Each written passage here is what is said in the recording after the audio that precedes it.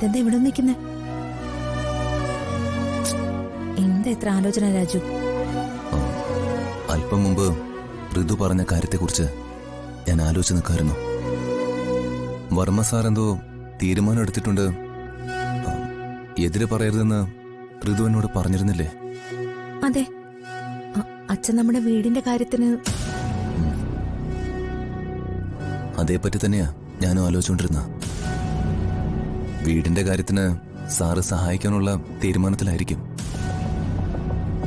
അതായിപ്പോ എന്റെ ടെൻഷൻ. അത്തരം ഒരു സഹായം എനിക്ക് ബുദ്ധിമുട്ടാണ് ഋതു. വീണ്ടും ദുരഭിമാനം അല്ലേ? അതെങ്ങനെ ദുരഭിമാനാവും? അതല്ലേ ആത്മാഭിമാനം. ആത്മാഭിമാനം ഒണ്ണംകട്ട.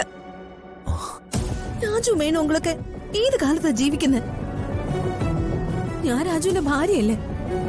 എന്റെ അച്ഛൻ രാജുവിന്റെ പ്രിയപ്പെട്ട ആളല്ലേ? അതെ, അതിലെന്താ സംശയം? സംശയമുണ്ട്. ഞാനും എന്റെ അച്ഛനും രാജുവിന് ഇപ്പോഴും അന്യരും.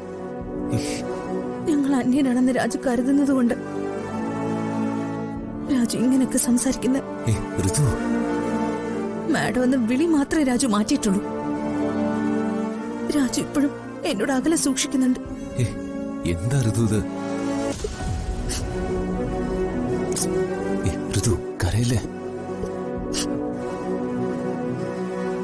ഋതു എന്താ എന്താ മോളെ? എന്താടാ? ഋതു പറയൂ. എടാ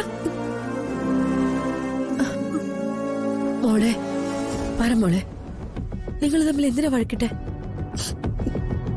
വീടിന്റെ കാര്യത്തില് അച്ഛൻ സഹായിക്കും, അതച്ഛൻ പറഞ്ഞു കഴിഞ്ഞു. അത് ഞാൻ രാജുവിനോടൊന്ന് പറഞ്ഞു പോയി.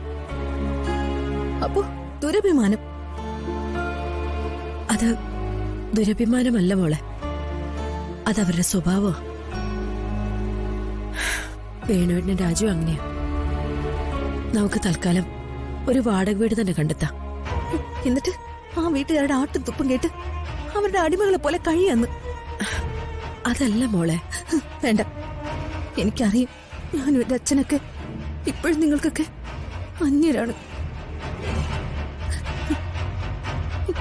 ഈ ഒരു കാര്യത്തോടെ ഉറപ്പായിട്ട് എനിക്ക് ബോധ്യായി.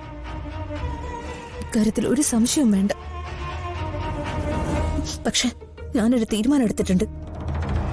ആ തീരുമാനം പ്രതാപവർമ്മയുടെ മകളായ ഋതികയുടെ ഉറച്ച തീരുമാനം.